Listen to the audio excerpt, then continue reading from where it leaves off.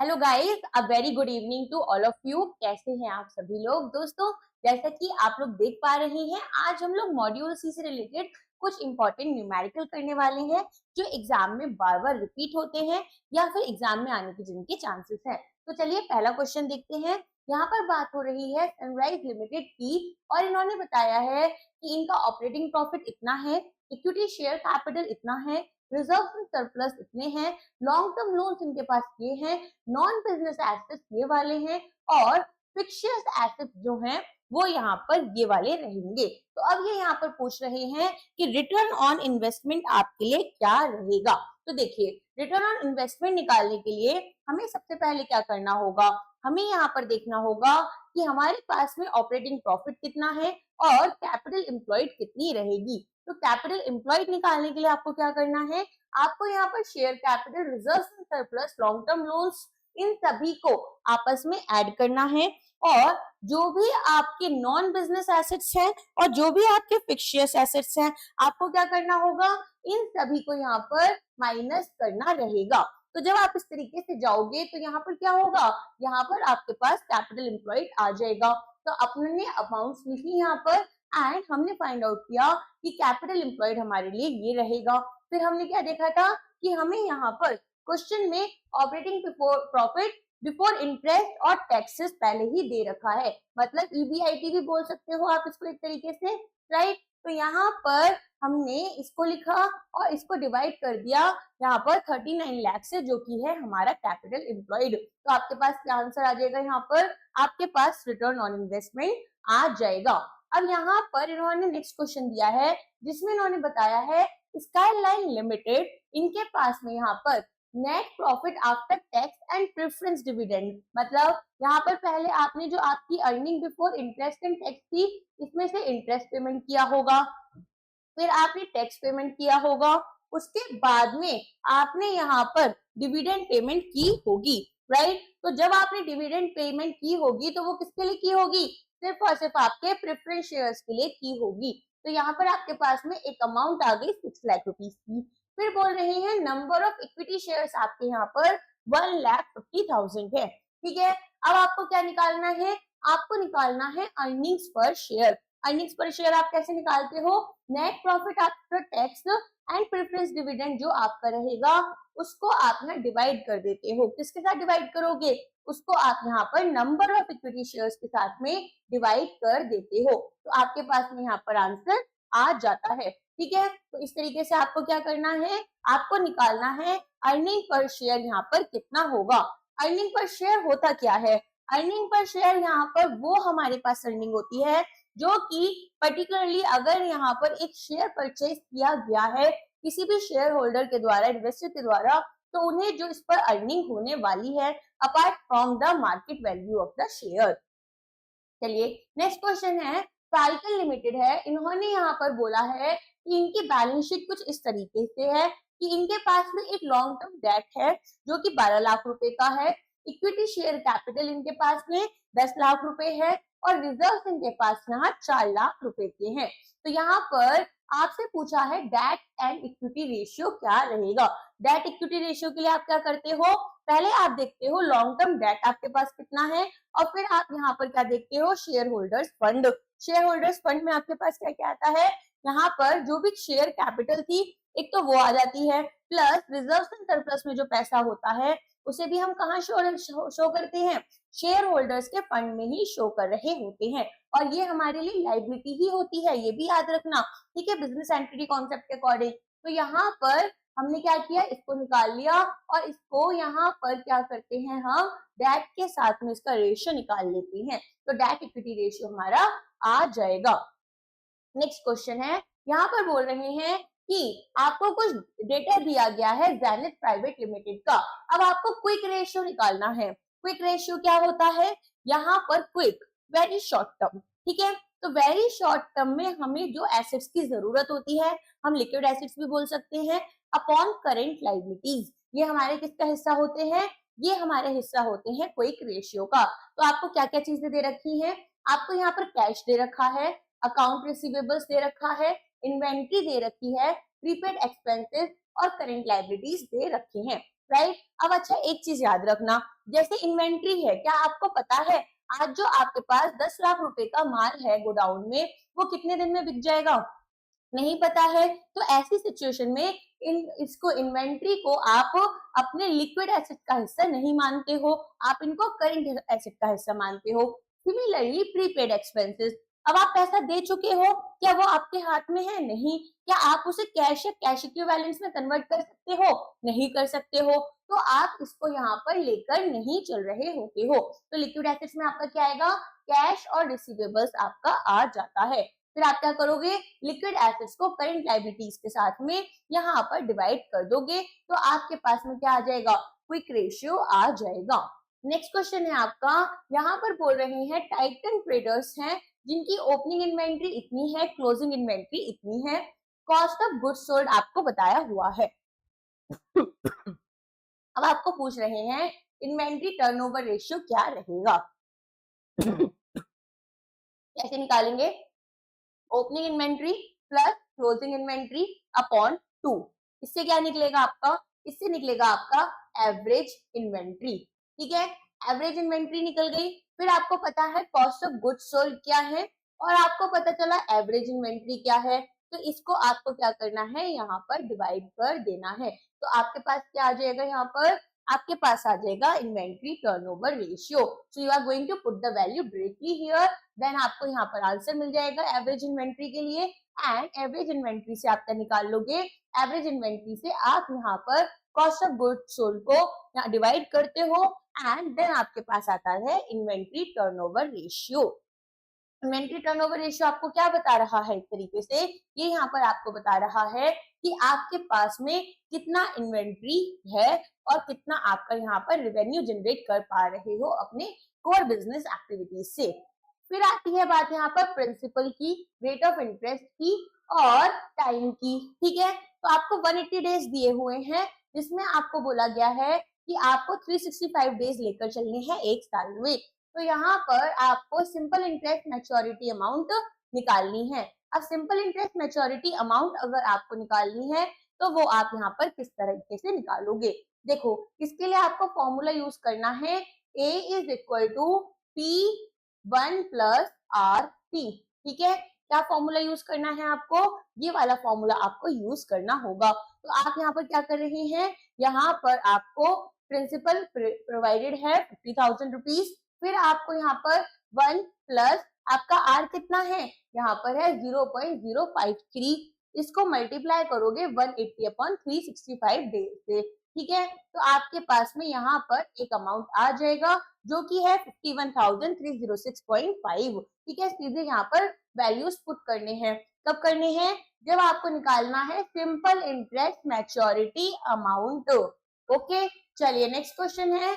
आशा ने यहाँ पर 1 लाख रुपीज इन्वेस्ट किए हैं इन अ फिक्स डिपॉजिट, जिसमें ये यहाँ पर 9% का एनुअल इंटरेस्ट कंपाउंडेड ईयरली क्या कर रहे हैं? ऑफर कर रहे हैं। रूल ऑफ 72 आपको अप्लाई कर कर बताना है कितने साल में ये इन्वेस्टमेंट डबल हो जाएगी। तो हम यहाँ पर क्या करते हैं? रूल ऑफ 72 के अकॉर्डिंग हम 72 से यहाँ पर अपना रेट ऑफ इंटरेस्ट को डिवाइड करते हैं टू नो कि कितने इयर्स के अंदर हमारी जो भी इन्वेस्टमेंट है वो डबल हो जाएगी। यहाँ पर 9% है, तो आप क्या करोगे? इसको 9 से डिवाइड कर दोगे, आपके पास आंसर क्या आ जाएगा? 8 आपके पास आंसर आ जाएगा। ओके, आसान है, बहुत सिंपल सा एक फॉर्मूला है। इसमें डेफिनेटली क्वेश्चंस आपको देखने के लिए एएफएम और आरबीडब्ल्यूएम में मिल जाते हैं। आरबीडब्ल्यूएम में आपको यहाँ पर 2 से 3 और वैल्यूज होती हैं जो मिलती हैं, लेकिन एएफएम में आपको केवल रूल ऑफ 72 ही पूछा जाता है।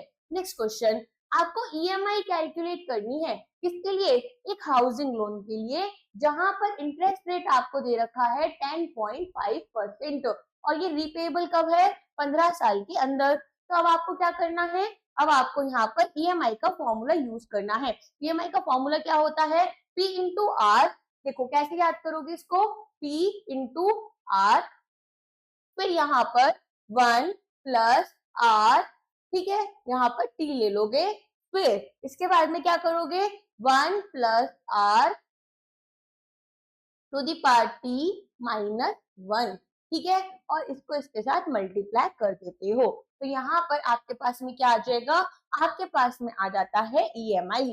तो आपको प्रिंसिपल दे रखा है, रेट ऑफ इंटरेस्ट दे रखा है। अब आपको यहाँ पर ईएमआई क्या होता है, इक्वेटेड मंथली इंटरेस्ट। तो मंथली निकालना है, तो यहाँ पर क्या करोगे, इंटरेस्ट रेट को पहले मंथली कन्वर्ट कर लोगे। सिमिलरली 15 साल दे रखे हैं, तो 15 को 12 से मल्टीप्लाई कर लोगे, ताकि आपको मंथ्स पता चल जाए कि कितने मंथ्स के विदिन यहाँ पर आपका जो अमाउंट है, ठीक है, वो आपको पे करना रहेगा। तो ईएमआई आपकी निकल कर आ जाएगी, कितनी है, 11,054। देखो ईएमआई आपके पास क्वेश्चन एग्जाम में आ जाता है। ऑल्दो अगर आप बैंक में जॉब कर रहे हैं, डेफिनेटली आप जीआईबी के एग्जाम दोगे तो बैंक में ही जॉब कर रहे हो, आपको पता है सॉफ्टवेयर आपको ईएमआई निकाल कर दे देता है। लेकिन अगर यहाँ पर एग्जाम की बात की जाए तो क्वेश्चन में आपको खुद से निकालना पड़ता है। चलिए, बॉन्ड का यहाँ पर फेस वैल्यू दिया है 1000 रुपीज, कूपन रेट दिया है 12% पर एनम, मैच्योरिटी दिया है 3 साल का, और रिक्वायर्ड रेट ऑफ रिटर्न बताया है 10% का। तो प्रेजेंट वैल्यू क्या है इस बॉन्ड की, तो यहाँ पर देखो क्या करना है, 1000 आपको फेस वैल्यू दिया है, ठीक है, कूपन कितना है आपका 12% है। तो सबसे पहले क्या करोगे, यहाँ पर अपना अमाउंट निकाल लोगे, कूपन वैल्यू कितनी होगी। कूपन, फेस वैल्यू, ये सब क्या होते हैं, फेस वैल्यू होता है जो अमाउंट यहाँ पर बॉन्ड इश्यूअर को चाहिए था, जितने का बॉन्ड था। कूपन क्या होता है, जो पीरियोडिक इंटरेस्ट पेमेंट्स आपको करनी है। रिक्वायर्ड रेट ऑफ रिटर्न जो आपको चाहिए, मैच्योरिटी कितने टाइम में आपका जो बॉन्ड है वो यहाँ पर मैच्योर हो जाएगा, आपको पूरा पेमेंट करना है, राइट। तो यहाँ पर आपके पास कूपन अमाउंट आ गई। अब आगे क्या करोगे, अब यहाँ पर प्रेजेंट वैल्यू निकालोगे अपनी बॉन्ड की। तो प्रेजेंट वैल्यू निकालने के लिए हमारे पास दो ऑप्शंस होते हैं। एक तो होता है हमें एग्जाम में इस तरीके से पीआईएफ फैक्टर और पीवीआईएफ दिया गया होगा। अब या तो हम इन वैल्यूज को यूज करते हैं या फिर हम खुद से निकालते हैं। सबसे पहले यहाँ पर समझ जाना, पीवीआईएफ पे कब यूज करना है और एफ कब यूज करना है। पीवीआईएफ पे होता है यहाँ पर एन्युटी के लिए, ए जो है वो किसके लिए है, एन्युटी के लिए है।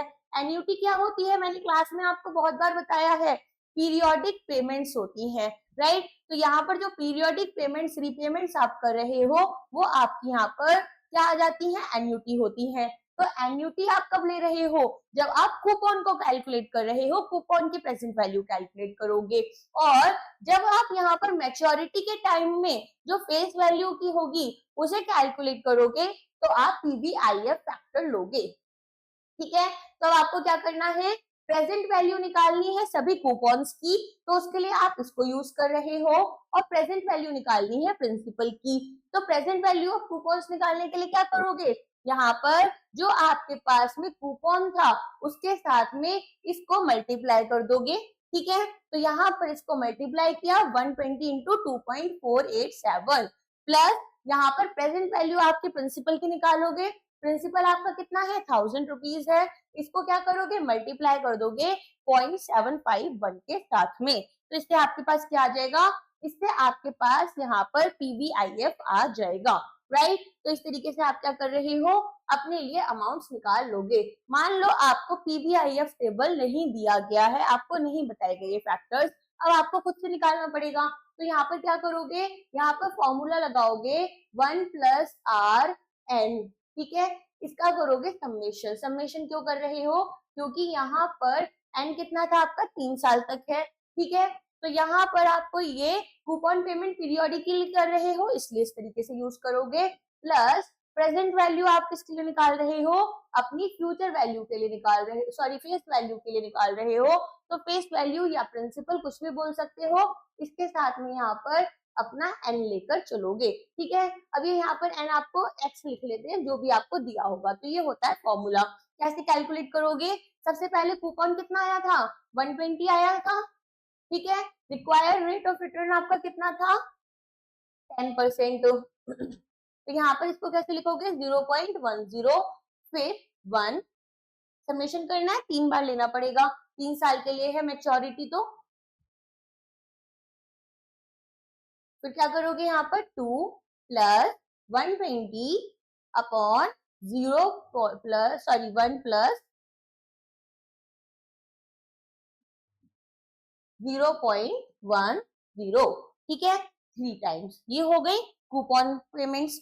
उसके बाद में क्या निकालोगे, प्रेजेंट वैल्यू निकालोगे आपके यहाँ पर प्रिंसिपल की, ठीक है। तो प्रेजेंट वैल्यू प्रिंसिपल की कितनी होगी, आपका 1000 रुपीज का प्रिंसिपल था, 1 प्लस 0.10 की पावर 3 क्यों ले रहे हो, क्योंकि जब भी कोई कूपन होता है, ठीक है, वो हमारा पीरियोडिकली पे होता है। यहाँ पर एनुअली किया था तो हर एक साल में किया होगा, लेकिन बॉन्ड का जो यहाँ पर प्रिंसिपल पेमेंट होता है वो मैच्योरिटी में पे किया जाता है। तो 3 साल का यहाँ पर मैच्योरिटी है, तो 3 साल के बाद ही इसको पे करेंगे, इसलिए इस तरीके से वैल्यू पुट कर लेते हैं।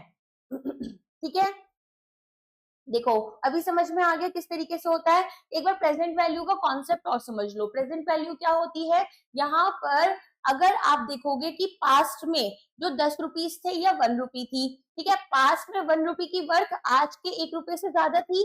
सिमिलरली अगर फ्यूचर की बात की जाए तो आज जो 1 रुपी की वर्थ है वो ज्यादा है और फ्यूचर में कम होगी, ठीक है। तो ये हमारे पास जो नीचे से हम डिवाइड करें ना 1 प्लस 0.1, ये सारे हमारे पास क्या है, ये एक डिस्काउंटेड फैक्टर की तरह काम करते हैं। डिस्काउंटेड फैक्टर क्यों, क्योंकि हम लोग फ्यूचर में देखेंगे कि कितना अमाउंट हमें मिलेगा, तो जो फ्यूचर में अमाउंट मिलेगा उसका हम देखेंगे कि प्रेजेंट वैल्यू क्या रहेगी। समझ में आ गया। चलो अब बात कर लेते हैं जेआईआईबी महापैक की, जहां पर हम आपको 4 सब्जेक्ट्स ऑफर कर रहे हैं। यहाँ पर 15 से ज्यादा फाउंडेशन प्लस एमसीक्यू बैचेस आपको मिलते हैं, 2000 से ज्यादा लाइव क्लासेस, 500 से ज्यादा मॉक क्विज़ेस एंड क्वेश्चंस, 200 से ज्यादा क्लास नोट्स और 24/7 डाउट सपोर्ट आपको मिलता है। बात की जाए 1 ईयर की, तो यहाँ पर 1 ईयर का सब्सक्रिप्शन आपके लिए रहेगा 3999 का, 2 ईयर का 5999 का और 6 महीने का आपके लिए 2799 का रहेगा। जेआईआईबी कैप्सूल कोर्स जो कि हमारा लॉन्च हो चुका है और क्लासेस इसकी 22 अप्रैल से 4 मई तक चलेंगी, ठीक है, डेट्स याद रखिएगा। 4 मई तक की क्लासेस चलने वाली है। यहाँ पर इसका प्राइस आपके लिए 999 रुपीज रहेगा। जेआईआईबी क्रैश कोर्स जिसकी क्लासेस आपकी ऑलरेडी चल रही हैं, आप इसको भी परचेज कर सकते हैं। इसका प्राइस यहाँ पर 999 है। हमारे सभी बैचेस में आपको class notes, मॉक्स, quizzes, questions, 24/7 doubt support मिलता है। अगर बात की जाए एमसीक्यू बैच की, तो यहाँ पर आपको लाइव एंड रिकॉर्डेड क्लासेस मिल जाती हैं। अगर आपने लाइव क्लासेस नहीं की है, स्किप कर दी है, तो रिकॉर्डेड क्लासेस आपको मिल जाती हैं। इसका प्राइस 1999 है। अगर बात की जाए जेआईबी फाउंडेशन और एमसीक्यू बैच की, तो यहाँ पर आपको कॉन्सेप्ट हम पढ़ाते हैं और एमसीक्यू बैच में हम आपको यहाँ पर क्लासेस में ही एमसीक्यू सॉल्व करवाते हैं। आपकी फैकल्टीज आपके लिए क्वेश्चंस लेकर आती है जो कि एग्जाम लेवल के रहते हैं। बात की जाए जेआईबी फाउंडेशन की, तो यहाँ पर हम आपको कॉन्सेप्ट पढ़ाते हैं। अगर बात करें इंडिविजुअल सब्जेक्ट्स की, तो इंडिविजुअल सब्जेक्ट्स में हम आपको फाउंडेशन और एमसीक्यू दोनों ही बैचेस प्रोवाइड करते हैं। आपको जो भी परचेस करना है आप वो परचेस कर सकते हैं। इंडियन इकोनॉमिक्स आपको आशीष सर पढ़ाते हैं, यहाँ पर अरविंद सर आपको पीपीबी एएफएम मैं पढ़ाती हूँ और आरबीडब्ल्यूएम आपको भास्कर सर पढ़ाते हैं। सभी का प्राइस 799 है। जो भी इंडिविजुअल सब्जेक्ट का आप यहाँ पर बैच परचेस करना चाहते हो। ई बुक्स की बात की जाए तो ई बुक्स में हम आपको यहाँ पर जेआईआईबी में ये पीडीएफ फॉर्म में अलग से देते हैं। अदरवाइज ये एक पूरा का पूरा बंडल भी आप परचेज कर सकते हो अमेजोन या फ्लिपकार्ट से, जहां पर इसका प्राइस आपके लिए 1224 रुपीज रहता है। चलिए अब मिलते हैं हम एक नई क्लास में जिसमें कुछ और लर्निंग्स लेकर आएंगे। Thank you.